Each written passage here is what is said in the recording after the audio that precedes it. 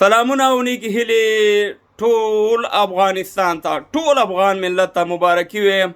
شکر الحمدلله زموږ د کرکټ ټیم اتلانو قهرمانانو نن په ایشیا کپ کې بنګلادیش ته ماتې ورکړه او دغه شان زموږ ټیم الحمدلله په دې ګروپ کې په ټاپ کې دی.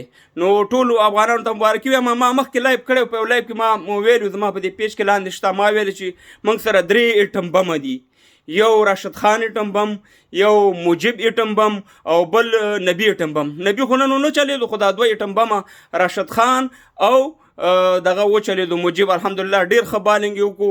او دغه شان په بیټینګ کې مې ویلي چې نجیب زدران سټینګر میزایل او دغه شان زاده سټینګر میزایل الحمدلله تاسې وکتل چې زموږ نجیب زدران الحمدلله سټینګر میزایل په غونډه کې وچلیدو او داسې لوبې یې وکړه. همدغه شان ابراهیم زدران هم.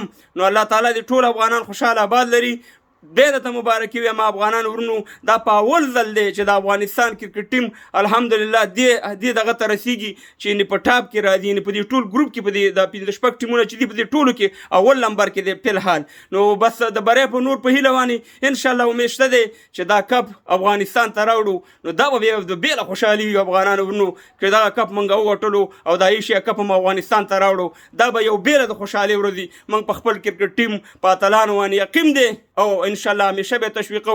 زنده باد افغانستان، زنده باد لر او بر افغان، زنده باد زموږ کرکټ ټیم.